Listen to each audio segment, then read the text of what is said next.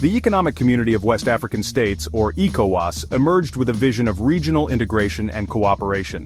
Founded in 1975, it aimed to foster economic growth, promote trade, and enhance security among its 15 West African member states. For decades, ECOWAS played a crucial role in mediating conflicts, promoting democracy, and facilitating economic development in the region.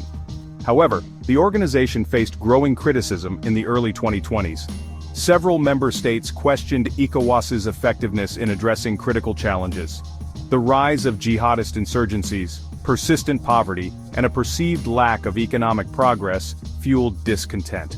ECOWAS's response to the July 2023 coup in Niger proved to be a tipping point, exposing deep-seated divisions and ultimately leading to the organization's fragmentation. The coup in Niger, a strategically important country in the Sahel region, sent shockwaves throughout West Africa. ECOWAS responded swiftly with condemnation, sanctions, and threats of military intervention. However, this response was met with resistance from within the organization and exposed underlying tensions. The subsequent withdrawal of Mali, Burkina Faso, and Niger from ECOWAS marked a turning point in the organization's history, signaling a significant shift in the regional balance of power and raising profound questions about the future of West African integration. The July 2023 coup in Niger, which ousted President Mohamed Bazoum, proved to be a pivotal moment in West African history. While coups were not uncommon in the region, the ECOWAS response to this particular event differed significantly from its handling of previous crises. The organization imposed swift and severe sanctions on Niger, suspending its membership and threatening military intervention if the junta refused to reinstate President Bazoum. This assertive stance, while applauded by some, was met with fierce criticism from others. Critics, including several prominent West African intellectuals and civil society groups, argued that ECOWAS's response was heavy-handed and ignored the root causes of the coup. They pointed to widespread poverty, government corruption, and the perceived ineffectiveness of previous ECOWAS interventions in the Sahel. The coup in Niger, they contended, was a symptom of deeper societal issues that ECOWAS had failed to address. The organization's reliance on sanctions and threats of force, they argued, would only exacerbate the crisis and further destabilize the region. This dissenting perspective found a receptive audience in Mali and Burkina Faso, both of which had experienced recent coups and harbored their own grievances against ECOWAS. The events in Niger therefore acted as a catalyst, accelerating a process of fragmentation that had been simmering beneath the surface for some time. The collapse of ECOWAS did not occur overnight. It was the culmination of years of mounting frustration and disillusionment among some member states. While the organization had achieved notable successes in promoting peace and democracy in the past, its credibility had been steadily eroding due to several perceived failures. One of the most significant criticisms leveled against ECOWAS was its perceived ineffectiveness in addressing the growing security threats in the Sahel region. Despite the presence of various ECOWAS-led peacekeeping missions, jihadist insurgencies continued to spread across Mali, Burkina Faso, and Niger. Critics argued that ECOWAS's military interventions were often poorly planned, under-resourced, and lacked a clear strategy for tackling the root causes of extremism. Furthermore, the organization's over-reliance on military solutions, coupled with a perceived neglect of diplomacy and development initiatives, further alienated local populations and fueled anti-ECOWAS sentiments. The perceived economic marginalization of certain member states also contributed to the organization's decline.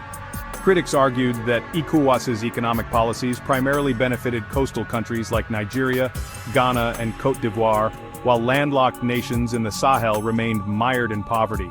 This economic disparity, they argued, created resentment and undermined the organization's claims of promoting regional integration.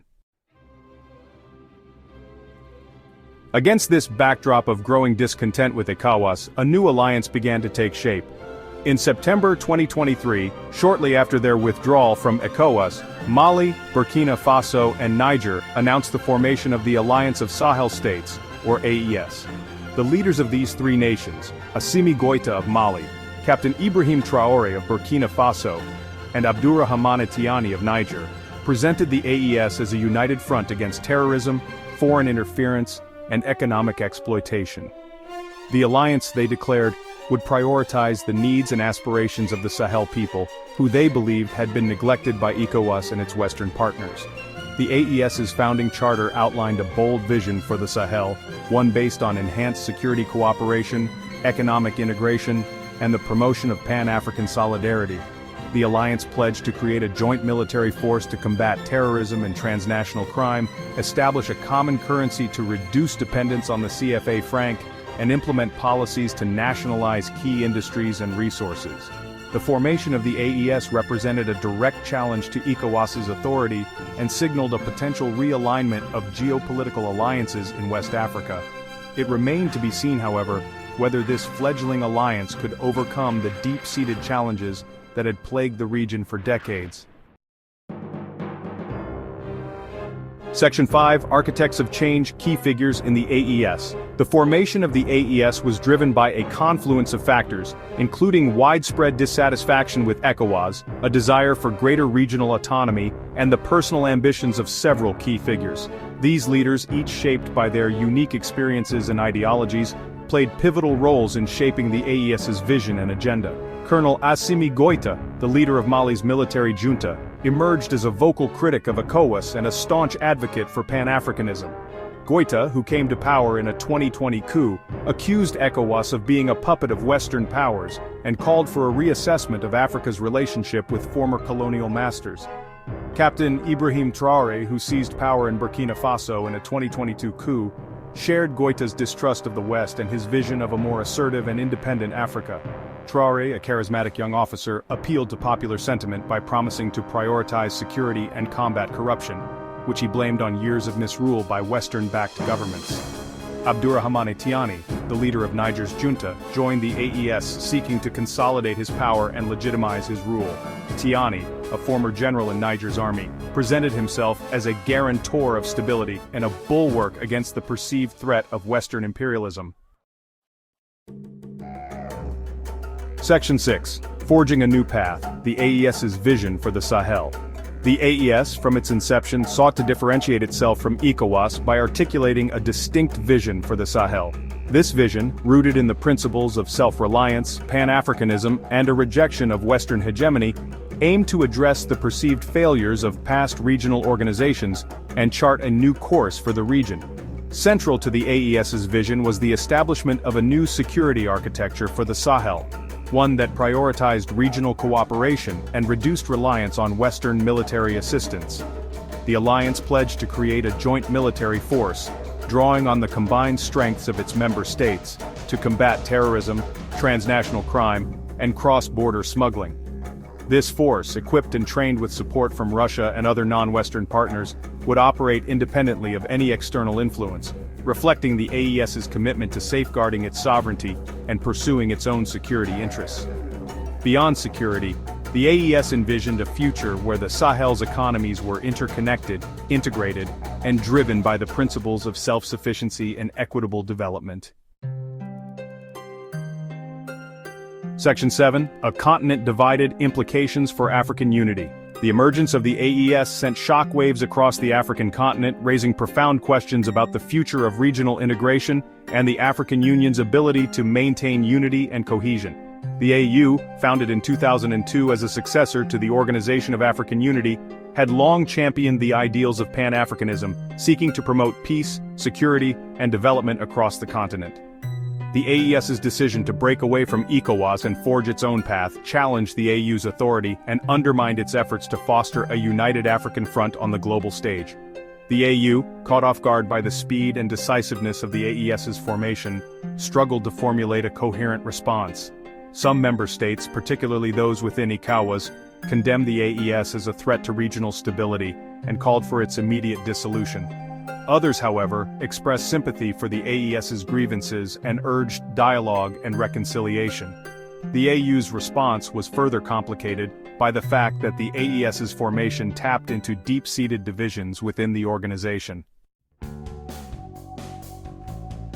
Section 8. Navigating the Geopolitical Chessboard, the AES and Global Powers.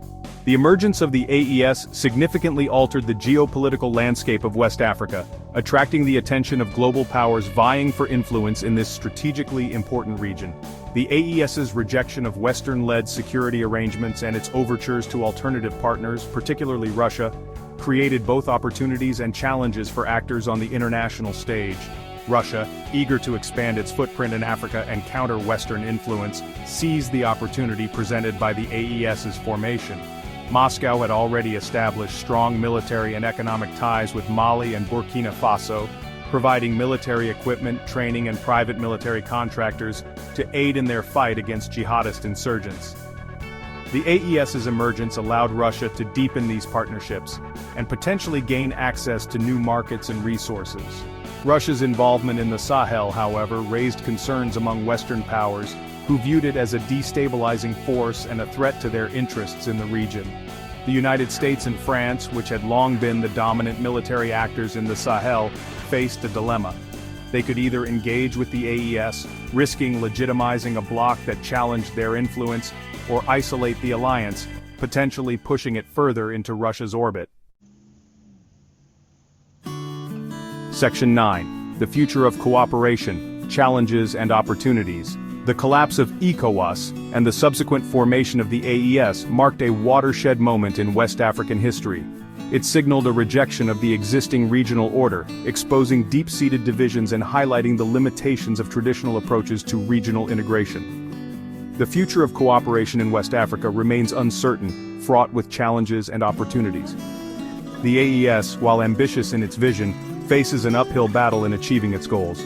The alliance must contend with internal divisions, limited resources, and the persistent threat of jihadist insurgency. Its success will depend on its ability to unite its member states behind a common purpose, effectively address the root causes of instability, and navigate the complexities of the evolving geopolitical landscape. The African Union, for its part, faces a critical test of its leadership and its commitment to Pan-African unity.